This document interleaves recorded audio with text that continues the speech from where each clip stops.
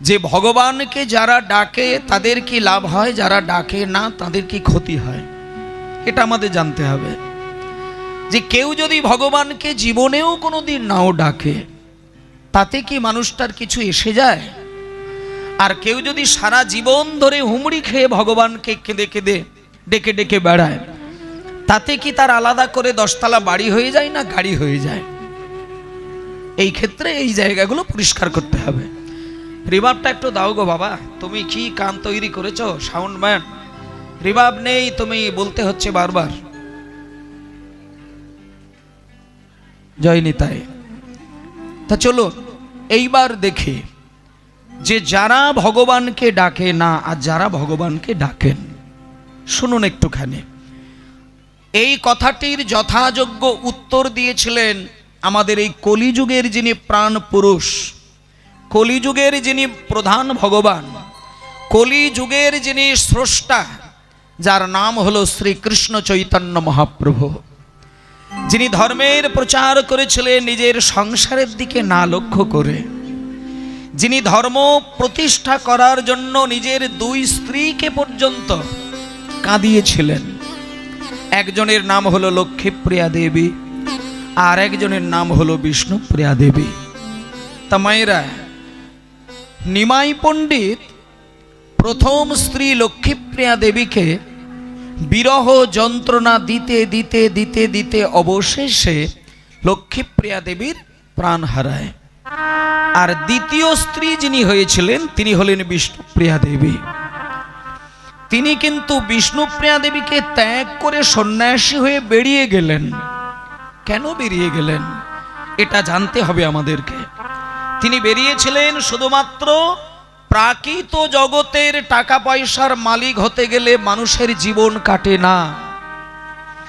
একটা মানুষ সুখ, শান্তি আর আনন্দ, 3টে জিনিসকে খোঁজার জন্য মাথার ঘাম পায়ে ফেলে সারা জীবন, কিন্তু আসলে কিন্তু সুখ, শান্তি, ভালোবাসা, আনন্দ খুঁজে পায় না। সারা জীবন কষ্ট করে যাও, মাথার ঘাম পায়ে ফেলে যাও, পাগলের মতো খেটে যাও, আর সংসারটাকে তুমি জড়িয়ে ধরে মরো, কিন্তু শেষের দিনে তুমি ভালোবাসাটা খুঁজবে কিন্তু পাবে না। তাহলে আমাকে জানতে হবে যে প্রাকৃত জগতের সম্পত্তি হলো টাকা পয়সা, সোনাদানা, গাড়ি বাড়ি, আত্মীয় স্বজন, সংসার। এইগুলো দিয়ে মানুষের জীবনকে সাজানো যায় না। কিন্তু যিনি প্রাকৃত সম্পদের মাঝখানে দাঁড়িয়ে থেকেও অপ্রাকৃত জগতের ভক্তি সম্পদের কণামাত্র একটু মালিক হতে পারে, একমাত্র সেই ব্যক্তিটা সুখ, শান্তি, পরমানন্দের সন্ধান পেয়ে থাকেন।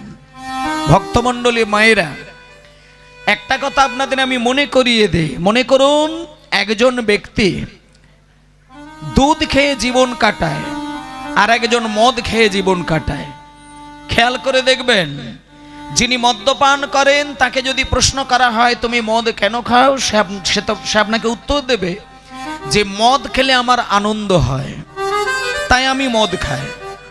তাহলে এই যে মদ্যপান করে আনন্দ পাওয়া, খেয়াল করে দেখবেন 1 বছর, 2 বছর, 10 বছর দিনের পর দিন মদ খেতে খেতে খেতে খেতে একদিনকে দেখা যাচ্ছে মদ খাবার কারণে তার শরীরের মধ্যে একটা ব্যাধি সৃষ্টি হয়ে গেল। তাহলে এইখান থেকে একটা কথা আপনাদের বুঝে নেওয়া দরকার যে মদ আপনাকে আনন্দ দিল কিন্তু ভবিষ্যতে আপনাকে দুঃখও টেনে আনলো। তাহলে যে সুখ, যে জিনিসটা আপনাকে সামান্য কটা দিনের জন্য আনন্দ দেয় কিন্তু ভবিষ্যতে চরম দুঃখকে টেনে আনে, মুনি ঋষিগণ বললেন ওটা আনন্দ, ওটা পরমানন্দ নয়। মনে করুন আপনি গরম সহ্য করতে পারেন না বলে এসি লাগিয়ে রেখেছেন ঘরের মধ্যে, প্রতিটি রুমের মধ্যে। তাহলে এসি ঘরে আপনি থাকেন কেন না? আপনি একটু সুখ শান্তি পাবেন বলে। কিন্তু সারা জীবন 24 ঘন্টা এসি ঘরে বসে দিন কাটিয়ে দেন, বছর বছর কাটার পরে দেখবেন আপনার শরীরে এসির কারণে কিছু রোগ প্রবেশ করবে। তাহলে যে এসি রুম আপনাকে শান্তি দিল কিন্তু ভবিষ্যতে আপনাকে কষ্ট দিল। আপনি হেঁটে যেতে পারেন না বলে চিরকালের জন্য 4 চাকা গাড়ি ব্যবহার করলেন, কিসের জন্য? সুখ পাওয়ার জন্য। তাহলে গাড়িতে করে চড়ে বেড়াচ্ছেন সুখের জন্য, কিন্তু হাঁটা বন্ধ করে দিয়েছেন, ভবিষ্যতে আপনাকে দেখবেন শরীরের কলকবজাগুলোকে বসিয়ে দিয়ে যন্ত্রণা দেবে। তাই জন্য সাধকগণ বললেন, যে সুখ সামান্য কটা দিনের জন্য আনন্দ দেয় কিন্তু ভবিষ্যতে চরম দুঃখ টেনে আনেন, সেটা মুনি ঋষিগণ বললেন ওটা কেবল আনন্দ, পরমানন্দ নয়। কিন্তু যে সুখ এ জন্মেও সুখ দেবে, পরের জন্মেও সুখ দেবে, মুনি ঋষিগণ সেটাকে পরমানন্দ বললেন। বলে যদি আরো ভালো করে বলা যায়, মনে করুন কীর্তন যারা প্রাণ মাখিয়ে শোনেন, জপের মালায় নাম যারা করেন, তারা নামের মালায় নাম করে যে সুখ পায়, মায়েরা বলুন ভবিষ্যতে সেই ব্যক্তি কি নামের কারণে কষ্ট পায়? হরিবাসরে দিনের পর দিন বসে যিনি কীর্তন শোনে তিনি সুখ ভোগ করেন, শান্তি পায়, কিন্তু নাম শুনে যে শান্তি পায় ভবিষ্যতে কাউকে কষ্ট দেবে কি?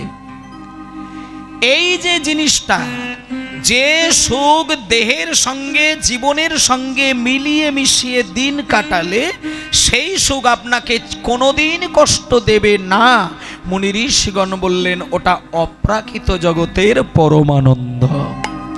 আর সেই পরমানন্দ যদি পেতে হয় তাহলে আপনাকে সংসারের মধ্যে থাকা সত্ত্বেও, সন্তান আদিকে ভালোবাসা সত্ত্বেও, গাড়ি বাড়ি তৈরি করা সত্ত্বেও, দেশ বিদেশে ঘোরাফেরা সত্ত্বেও নিষ্ঠা সহকারে 24 ঘন্টার মাঝে একবার সময় বার করে নিঃস্বার্থে ভগবানের চরণ সেবা করা দরকার।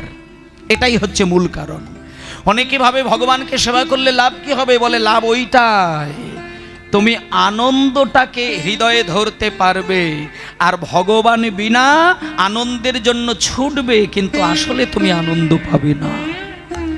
যে সংসারকে বেশি ভালোবেসেছে, আমি গ্যারেন্টি দিয়ে বলছি এ কথা বিফলে যাবে না, যে ভগবানের চরণ ছেড়ে দিয়েছেন, সংসারকে অক্টোপাসের মতো ধরে রেখেছেন, সেই ব্যক্তির ভবিষ্যতে যন্ত্রণার পাহাড় জমে গেছে কিন্তু শান্তির লেশ মাত্র পায় না।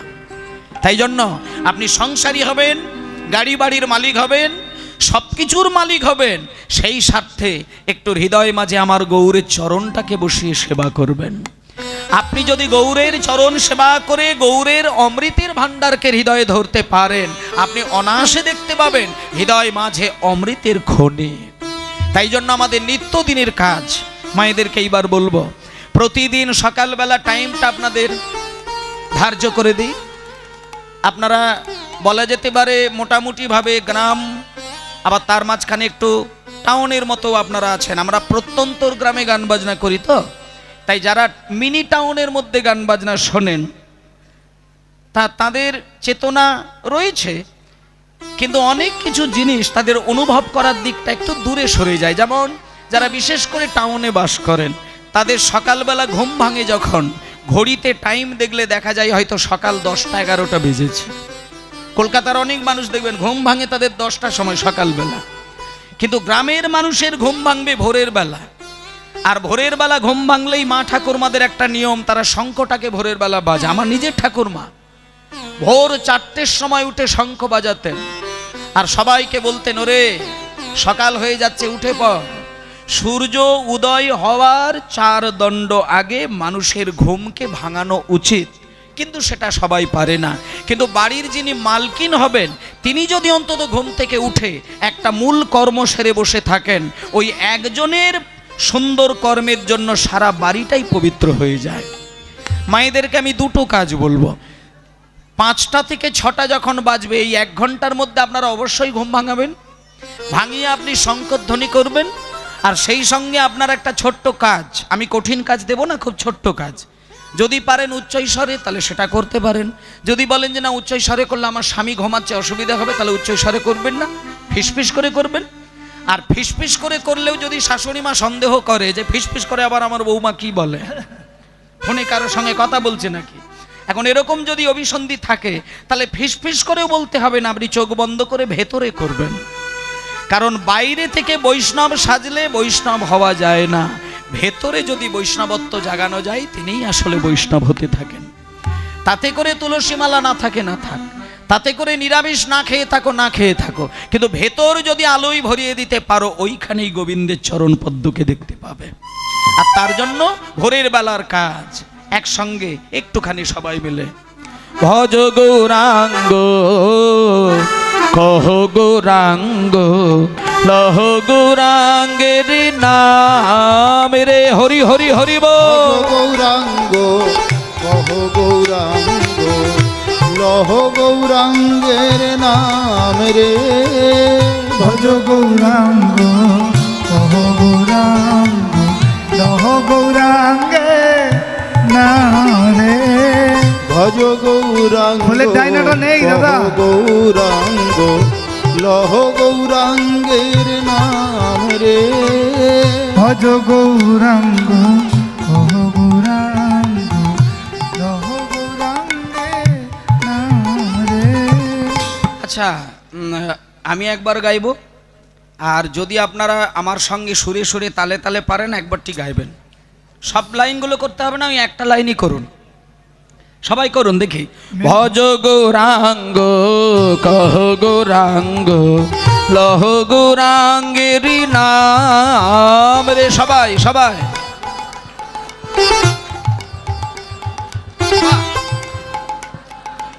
আরে খুব ভালো হচ্ছে, সুন্দর। যে জনা গৌরাঙ্গ ভজে সে হয় আমার প্রাণ রে। যে জনা গৌরাঙ্গ ভজে সে হয় আমার প্রাণ রে। যে জনা গৌরাঙ্গ ভজে সে হয় আমার প্রাণ রে। আরে যে জনা গৌরাঙ্গ শোনা যায়নি, যে জনা গৌরাঙ্গ ভজে সে হয় আমার প্রাণ রে। যে জনা গৌরাঙ্গ ভজে সে হয় আমার প্রাণ রে। ভজ গৌরাঙ্গ কহ গৌরাঙ্গ লহ গৌরাঙ্গের নাম রে। ভজ গৌরাঙ্গ কহ গৌরাঙ্গ লহ গৌরাঙ্গের নাম রে। ভজ গৌরাঙ্গ কহ গৌরাঙ্গ লহ গৌরাঙ্গে নাম রে। ভজ গৌরাঙ্গ কহ গৌরাঙ্গ লহ গৌরাঙ্গের নাম রে। দিন গেলে হাগৌরাঙ্গ যে বলে একবার রে। গেলে হা গৌরাঙ্গ যে বলে একবার রে। দিন গেলে হা গৌরাঙ্গ যে বলে একবার রে। সে জন আমার হয় আমি হই তার রে।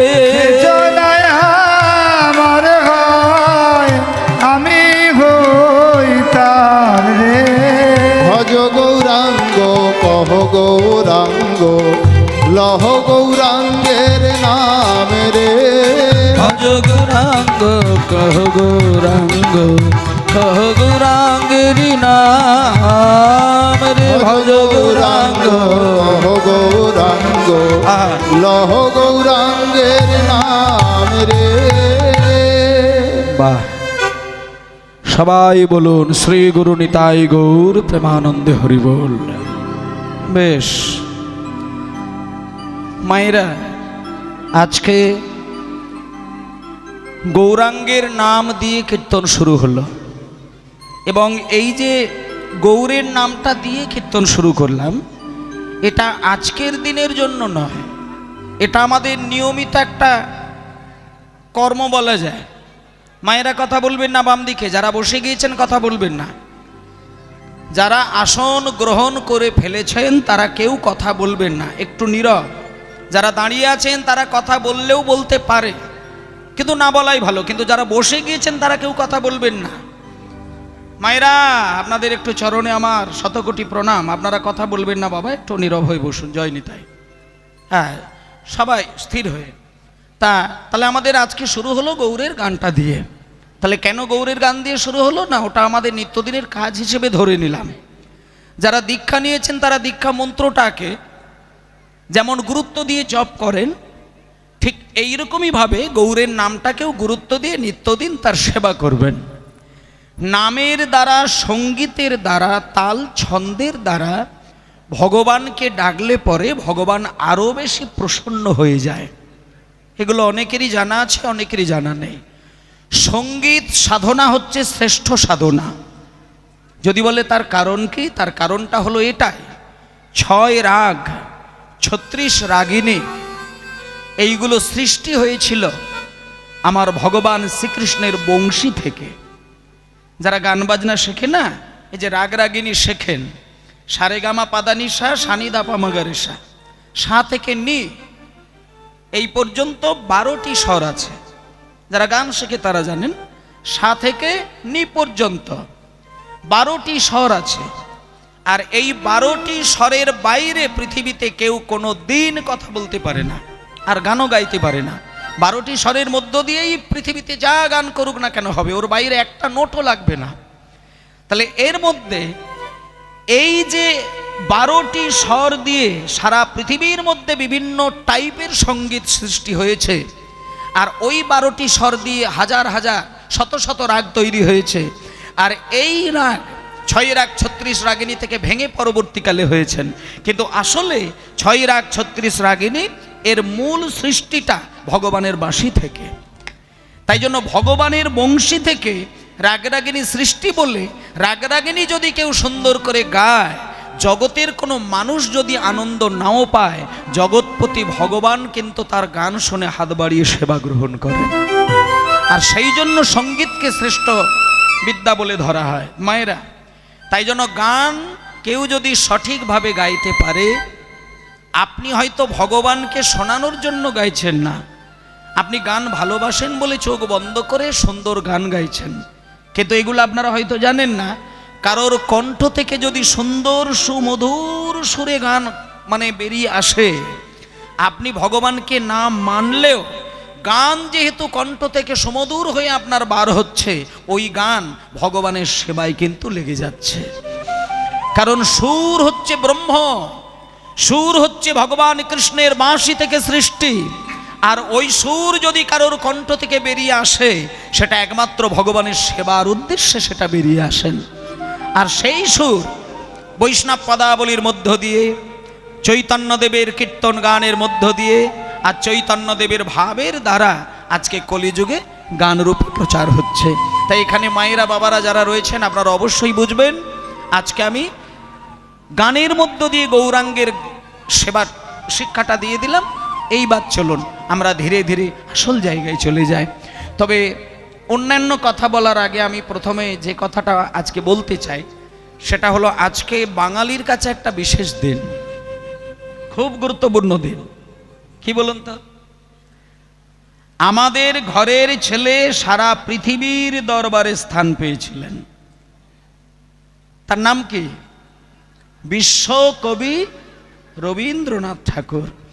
তাহলে এই যে রবীন্দ্রনাথ ঠাকুর, তিনি বাংলার ছেলে, কিন্তু সারা পৃথিবীর মধ্যে তিনি একটা জায়গা করেছিলেন। এবং এই রবীন্দ্রনাথ ঠাকুর কত বড় কীর্তন গানের ভক্ত ছিল সেটা আপনারা জানেন কিনা জানি না। আমি আপনাদেরকে ছোট্ট একটা উপমা দিচ্ছি, উদাহরণ দিচ্ছি, শুনে নেন। যেমন মায়েরা হরিনাম শুনছেন, আপনারা তো হরিনাম শুনতে শুনতে শুনতে শুনতে যখন কীর্তন গানটা শেষ হয়ে যায়, দেখবেন কীর্তন গানের শেষে আমরা একটা আলাদা রকমের সুরের গান গাই। এটা আপনারা সবাই জানেন। হরিনাম শেষ হয়ে যাওয়া মানেই একেবারে সব শেষে সবাই হাত তুলে আমরা বলি হরি বল হরি বল হরি বল হরি বল, সবাই হরি বল হরি বল হরি বল হরি বল হরি বল হরি বল হরি বল হরি বল। দাঁড়াও দাঁড়াও দাঁড়াও হুমায়রা, এই যে হরিনাম শেষ হয়ে গেলে সবাই হরি বল বলি, এটা যদি একটা মুসলমান ভাইকে বলতে বলা হয়, তিনি কি বলবেন? সম্ভব নয়। কিন্তু রবীন্দ্রনাথ ঠাকুর কীর্তন গান শুনতে শুনতে এতটাই কীর্তন গানকে হৃদয় দিয়ে ভালোবেসেছিলেন, তিনি কায়দা করে একটা কৌশল করে তিনি সারা বাঙালি সমাজের ভারতের মানুষকে মানে কায়দা করে হরিনামটা বলানোর জন্য তিনি ওই যে একটা গান আমাদেরকে গাইতে শিখিয়েছিলেন। বাংলার স্কুলে পড়াশোনা করতে গেলেই একটা গান কিন্তু আমরা গাই। কি গান বলুন তো? জাতীয় সঙ্গীত। কি সেটা? জনগণ মন অধিনায়ক জয় হে ভারত ভাগ্য বিধাতা। তুমি মুসলমান কি তুমি উড়িয়া কি তুমি যাই হও না কেন, তোমাকে বাংলার স্কুলে যদি লেখাপড়া শিখতে হয় তাহলে তোমাকে এই জাতীয় সঙ্গীত গাইতে হবে। আর জাতীয় সঙ্গীত গাইতে গেলে একেবারে শেষের লাইনটা কি বলা হয়? ওটা হরিবোল শব্দটাকে উনি দিলেন না, শুধু হরিবোলের জায়গায় বসিয়ে দিয়েছিল জয় হে জয় হে জয় হে। পাগল বাবা রে, জয় হে হরি হরি বল, জয় হে জয় হে জয় হে জয় হে জয় হে জয় হে। সবাই মিলে হাত তুলে হরি বল হরি বল, জয় হে জয় হে জয় হে জয় হে জয় হে জয় হে জয় হে জয় হে। আচ্ছা, কি সুন্দর জায়গা দেখুন মায়েরা। রবীন্দ্রনাথ ঠাকুর দেখলেন আমি যদি জয় হে না বলে হরিবোল বলি এটা কেউ বলবে না, কিন্তু হরিবোলের সুরটাকে আমি রেখে দেব, হরিবোলটা কেটে দেব, দিয়ে জয় হে বলে দেব, তাহলে আর কেউ বিচার করবে না, তাহলে জয় হে বলবে। কিন্তু একটা কথা আপনাদের একটু আগে বললাম, ভাষাটা কি দিলেন সেটা কথা নয়, সুরটা কি গাইলেন সেটাই সত্য। আপনার ভেতরে কি সুর বাজছে ওটাই সত্য।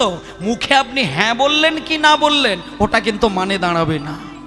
সুর যদি হ্যাঁ হয়, মুখে না বললেও সেখানে হ্যাঁটা দাঁড়িয়ে যায়। তাই সুরই সত্য।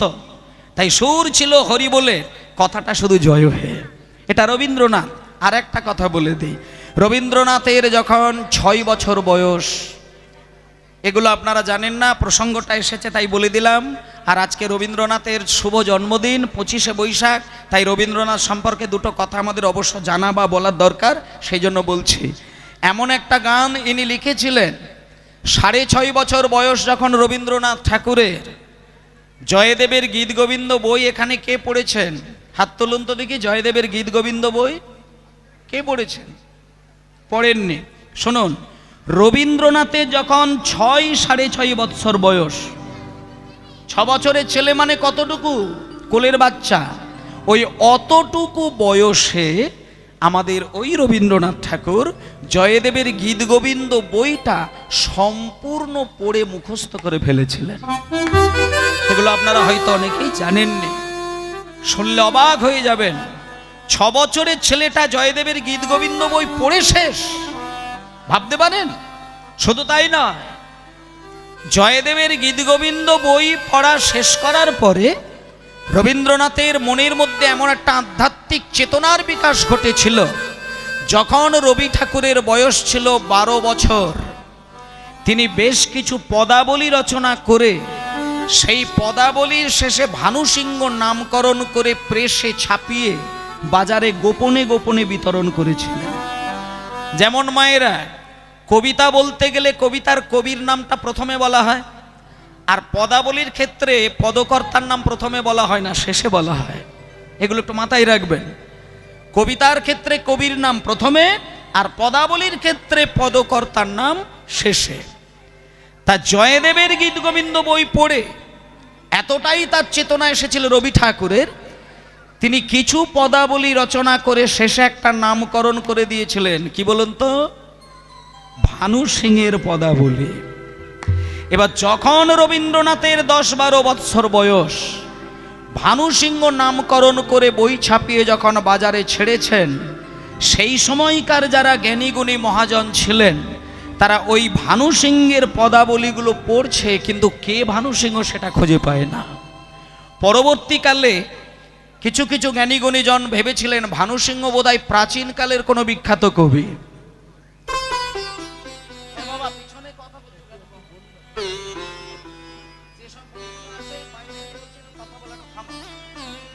জয় নিতাই। এবার ভানু সিংহের পদাবলী যখন লিখে বাজারে ছাড়লো তখন কেউ তার বুঝতে পারলো না। পরবর্তীকালে যখন প্রকাশ পেয়ে গেল তখন সবাই জানতে পারলেন যে যিনি ভানু সিংহ তিনি রবীন্দ্রনাথ। তাহলে এবার আপনাদের একটা কথা বলি, এখন এই মুহূর্তে আর একটা গান গাইব। এই গানটা আপনারা শুনে বলবেন যে এটা কীর্তন গান না রবীন্দ্রসঙ্গীত। একটা গান আমি গাইছি আপনাদের কাছে। আপনারা তো রবীন্দ্রসঙ্গীত অনেক শুনেছেন, কিন্তু এই মুহূর্তে যে গানটা গাইবো এটা কীর্তন গান গাইবো না রবীন্দ্রসঙ্গীত গাইবো আপনারা শুনে বুঝবেন। মানে কেউ না বলে দিলে বুঝতে পারবেন এটা রবীন্দ্রসঙ্গীত, কিন্তু সম্পূর্ণ এটা রবীন্দ্রসঙ্গীত, কিন্তু শুনতে সম্পূর্ণ কীর্তন গান। এটা কে লিখেছিলেন? ওই রবি ঠাকুর। সুর দিয়েছিলেন কে? উনি। গানটা একবার গাইছে। হে জীবন বল্লভ সাধন দুর্লভ,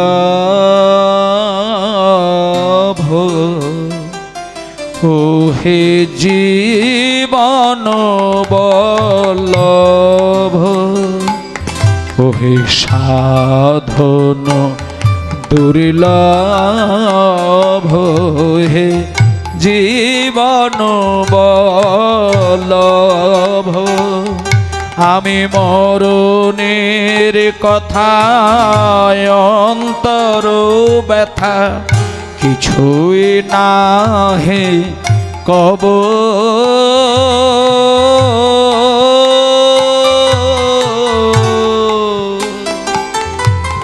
জীবন মম চরণে দিন বুঝিয়া লহ সব,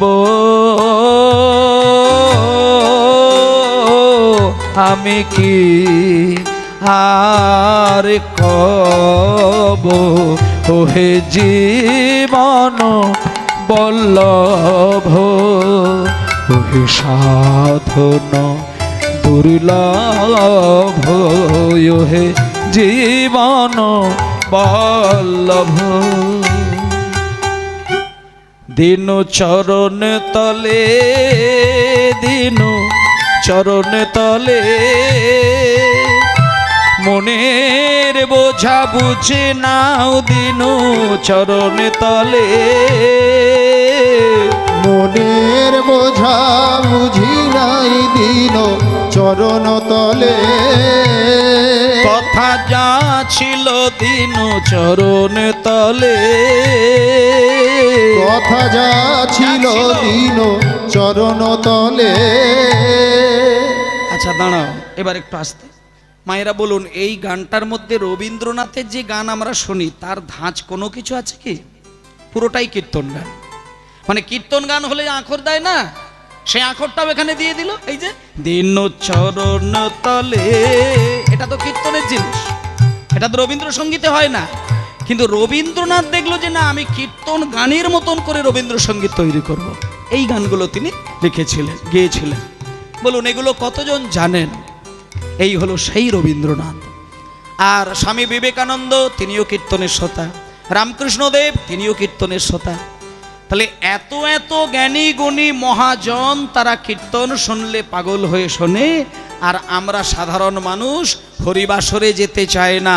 কিন্তু এখানে যদি এখনই কোনো নায়ক নায়িকাকে নিয়ে আসা হতো তাহলে এইখানে বসে দাঁড়ানোর জায়গাটা দিতে পারতেন না। এইটাই হচ্ছে বাঙালির দুর্ভাগ্য বলা যায়। এটা সনাতনীদের একটা বুকের জ্বালা যন্ত্রণা বলা যেতে পারে।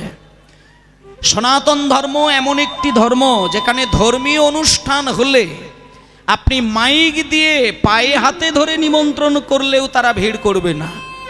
কিন্তু যদি নায়ক নায়িকাদের ড্যান্সের একটা বাসর সাজানো হয়, নিমন্ত্রণ করার দরকার নেই, এখানে বসতে জায়গা দিতে পারবেন না।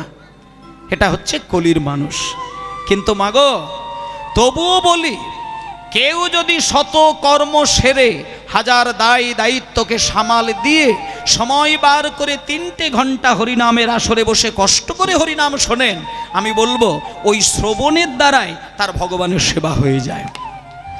তাতে যদি সে মন্দিরে গিয়ে কোনোদিন সেবা নাও দেওয়ার সময় হয়, কোনোদিন যদি সে তুলসী মালা জীবনে তার গলায় নাও পরার সময় হয়ে ওঠে, সে যদি জীবনে কোনোদিন গুরুর কাছে গিয়ে দীক্ষা মন্ত্র নেওয়ার সময় নাও হয়ে যায়, শুধু হরিবাসরে বসে গৌরাঙ্গের কথা শুনে গেলে অনায়াসে কিন্তু সে গৌর হরির চরণের দাসী হতে পারেন। তাই জন্য মায়েরা, আজকে আমরা যতক্ষণ হরিনাম শুনবো, আমি আপনাদেরকে একটুখানি এই জায়গাগুলো একটু গুরুত্ব দিয়ে বলি। নাচ দেখবো, ড্যান্স দেখবো, কোমর দোলাবো, ঠ্যাং দোলাবো, ঘাড় দোলাবো, এই আশাটাকে আপনারা ছেড়ে দিন। কারণ ওই গানে বাইরের আনন্দ হয়, অন্তরের আনন্দটা চিরকালের জন্য বিলীন হয়ে যায়। তাই আমি আপনাদের জোর দিয়ে বলবো, নাচ গান দেখার যদি বাসনা থাকে সেটা অর্কেস্ট্রা ফাংশন স্টেজে গিয়ে দেখার চিন্তা করবেন। আর হরিবাসরে যদি বসতে এসেছেন, তাহলে এখানে কেবলমাত্র গৌরের সেবা করার ব্রত নিয়ে বসবেন, তাহলে আপনি সঠিক কর্ম করলেন। এই জায়গাটা ঠিক থাকলে বাকি সব জায়গা ঠিক। আর এখানে বেঠিক মানে আপনার জীবনটাই বেঠিক, এটা মনে রাখবেন। ধর্মের জায়গায় অধর্মের কালি ছিটিয়ে যদি কোনো মানুষ নিজেকে ধার্মিক বলে মনে করেন, সে কিন্তু আসলে ধার্মিক নয়। ধর্মকে ধর্ম বলে জানতে হবে। ভক্তমণ্ডলী মায়েরা, চলুন আজকে সবাই মিলে প্রেমানন্দে মেতে হরি বলো। সবাই মিলে হরি নামের বন্যা যে এলো, প্রেমানন্দে মেতে হরি বলো, হরি নামের বন্যা যে এলো। প্রেমানন্দে মেতে হরি বলো, হরি নামের বন্যা ছিল। প্রেমানন্দে মেতে হরি বলো, হরি নামের বন্যা যে এলো। প্রেমানন্দে মেতে হরি বলো, হরি নামের বন্যা যে এলো। বন্যার যাই বলি হারি, যাই বলি হারি, তরঙ্গ ভারী। বন্যা যায় বলি হারি, ও তার তরঙ্গ ভারী। বন্যার যাই বলি হারি, তার তরঙ্গ ভারী। আর প্রেম তরঙ্গে খেলেছেন সাঁতার গোলক বিহারী। বন্যা যায় বলি হারি, ও তার তরঙ্গ ভারী। প্রেম তরঙ্গে খেলছেন সাঁতর গোলক বিহারী। বন্যার যাই বলি হারি, তার তরঙ্গ ভারী। প্রেম তরঙ্গে খেলছেন সাঁতর গোলক বিহারী। আবার সঙ্গে প্রভু, আবার সঙ্গে প্রভু, আবার সঙ্গে প্রভু, আবার সঙ্গে প্রভু নিত্যানন্দ পাথারে সাঁতার দিল। সঙ্গে প্রভু নিত্যানন্দ পাথারে সাঁতার দিল। আমার সঙ্গে প্রভু হরি বল বলে রে সঙ্গে প্রভু, হরি বল বলে রে সঙ্গে প্রভু। হরি বল বলে রে সঙ্গে প্রভু, হরি বল বলে রে সঙ্গে প্রভু। হরি বল বলে রে সঙ্গে প্রভু। আবার সঙ্গে প্রভু নিত্যানন্দ পাথারে সাঁতার দিল। সঙ্গে প্রভু নিত্যানন্দ পাথার সাঁতার দিল। আর হরি নামের বন্যা যে এলো। প্রেমানন্দে মেতে হরি বলো, হরি নামের বন্যা যে এলো। প্রেমানন্দে মেতে হরি বলো, হরি নামের বন্যা যে এলো। মেতে হরি বলো, হরি নামের বন্যা যে এলো। একবার হরি বল বলে। এখানে আসতে, এখানে কারা কারা দীক্ষা নিয়েছেন? দীক্ষা, গুরু দীক্ষা কারা নিয়েছেন? একটু কষ্ট করে হাত তুলে দেখান। ওরে বাবরে, তাহলে তো প্রায় সবাই নিয়েছেন।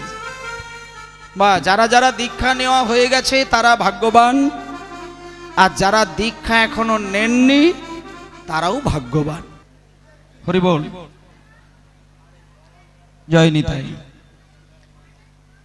উপস্থিত সকল গৌর গোবিন্দ অনুরাগী ভক্তবৃন্দ, সবার শ্রীচরণে আমার কোটি কোটি দণ্ডবত প্রণাম। আজকে গতকাল ধরে, ভলিউমটা একটু বাড়াও মাইক বাবা, তুমি মেশিন থেকে উঠবে না, তুমি একটু কান রাখবে সব সময়, সাউন্ডটা পরিষ্কার করো, ঠিক হচ্ছে না, মানে ভলিউমটা আরো বাড়বে বাড়বে। হরি বল, সাফ করো সাউন্ডটা, একটু সাফ করার দরকার আছে, আর হালকা রিভাব থাকবে। জয় নিতাই। তা মায়েরা, গত 2 দিন ধরে গ্রামের কল্যাণের জন্য, মানব সমাজের কল্যাণের জন্য এই গ্রামের ভেতরে থাকা যে পবিত্র জায়গা, সেইখানে ধর্মীয় মানে রসের একটা আস্বাদনের শ্রীক্ষেত্র তৈরি করেছেন এই গ্রামের ভক্তবৃন্দ বলা যায়। তা এই কীর্তন গান মানুষ শ্রবণ করলে মানুষের আলাদা করে কি উন্নতি হয়, আমি সেই জায়গাগুলো আগে আলোচনা করব।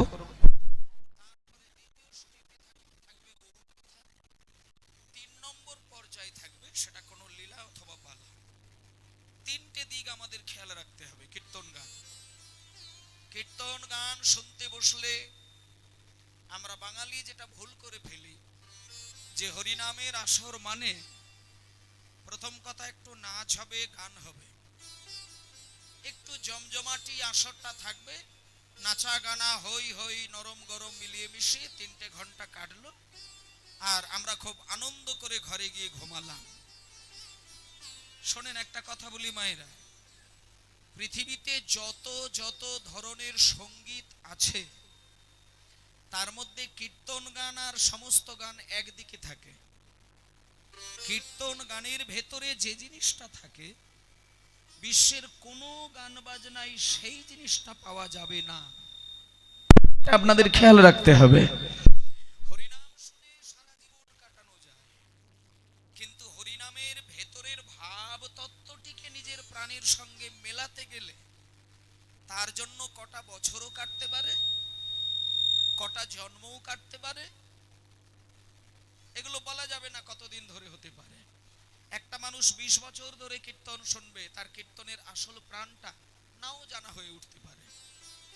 আবার এমন কোন মানুষ আছে দেখবেন, যেদিনকে হরিনামের আসরে বসবে, বাবারে এসব সাউন্ড হলে কি গান বাজনা হয় রে বাবা, সাউন্ড ঠিক করো আগে, ক্যাচার ক্যাচার কুচুর কুচুর কি হবে জলটা।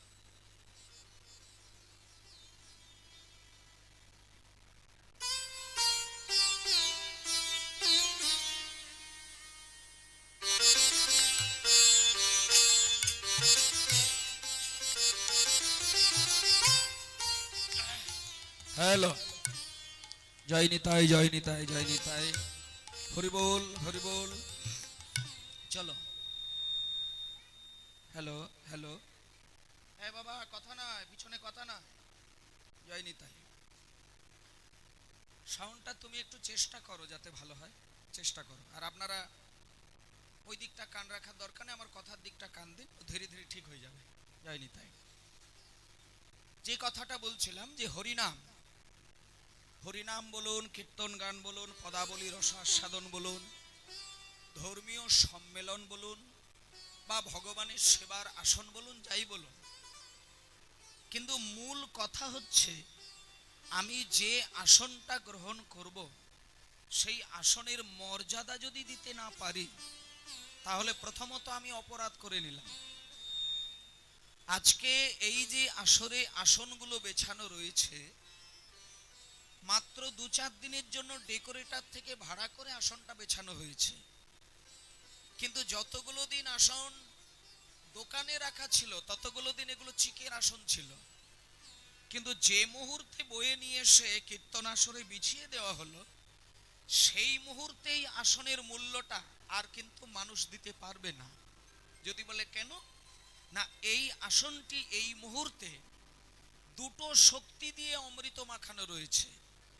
1 নম্বর শক্তি হলো রাজা পরীক্ষিতের চোখের জল মাখানো রয়েছে, আর 2 নম্বর কথা হলো সুখদেব গোস্বামীর অযাচিতভাবে কৃপা বর্ষিত করা রয়েছে। সুখদেব গোস্বামীর চরণ ধুলো আর রাজা পরীক্ষিতের চরণ ধুলো, এই 2 কৃপার অমৃতই আসনে মাখানো রয়েছে। তাই আমাদের ভেতর থেকে একটা গুরুদায়িত্ব নিতে হবে।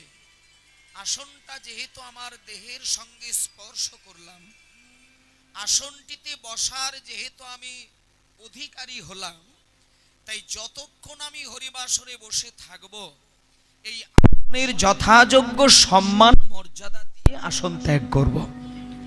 তাহলে এইবার আপনাদের জানতে হবে যে এই আসনের মর্যাদা দিতে গেলে আমাদের কি কি সচেতন হওয়ার দরকার। মাগো, কথাগুলো খুব ধ্যান দিয়ে শুনবেন। যেমন প্রথম কথা হচ্ছে, এই আসনটি ছুঁতে গেলে আমাদেরকে জানতে হবে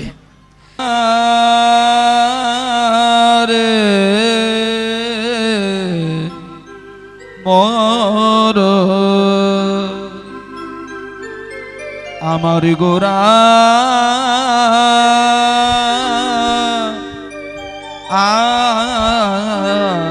আদিজ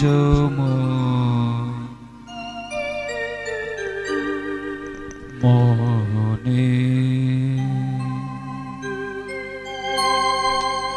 আরে মোর আরে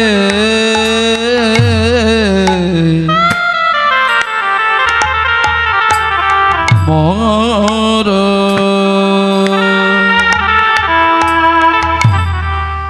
গোরা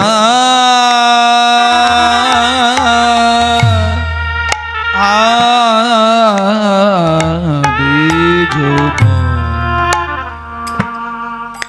মনে আরে মোর আরে মোর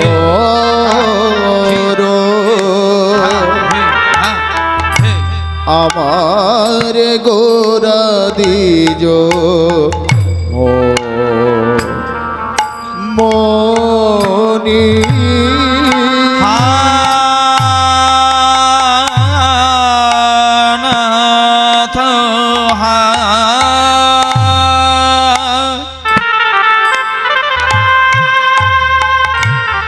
নাথ নাথ নাথ বলি क्या बात নাথ হানা ও হালকা হালকা একটু রিভাব থাকুন, হালকা রিভাব আমার লুটায়ে ধরুনে ধরুনে আরে মোর রে মোর আমার গোরা দিজ মরি আরে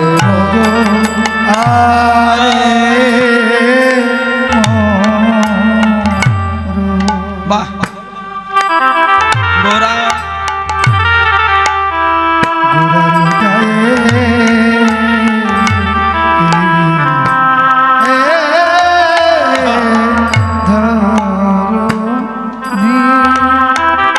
ভাব মনেতে পড়িল মনেতে পড়িল ভাবে নিধি গৌর হরির ভাব মনেতে পড়িল যে ভাব নিধি গৌর গৌরী ভাব মনে পড়িল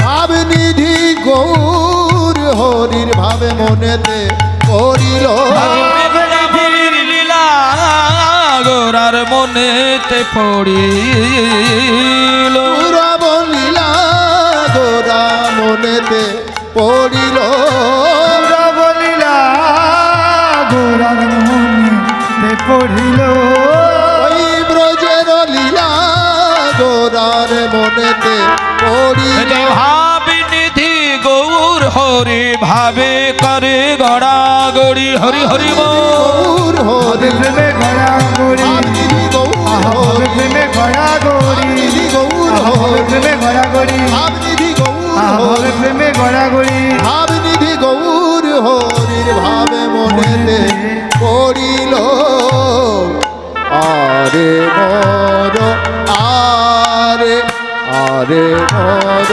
আরে আরে মোর আরে মোর আমার গোরা দেজ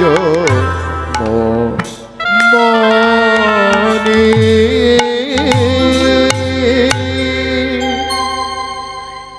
স্বয়ংভূরি নারদ শম্ভ কুমার কপিল মনো প্রহ্লাদ জনক ভীষ্ম বলির বই আন শোকের বয়ান। একটু একটু আসতে কর। স্তেন সরাপ মিত্র দ্রহে ব্রহ্মা গুরু তলপব স্ত্রীরাজ পিতৃগোহন্তা যে চ পাপ কিন পরে। জয় নিতাই, জয় নিতাই, জয় নিতাই। সবাই একটু বলুন শ্রী গুরু নিতাই গৌর প্রেমানন্দে হরি বল। জয় নিতাই। আচ্ছা, বাচ্চাগুলো হই হই করছে, একটু কমিটির যারা দাদারা ভাইরা আছে ওইগুলো একটু লক্ষ্য করো।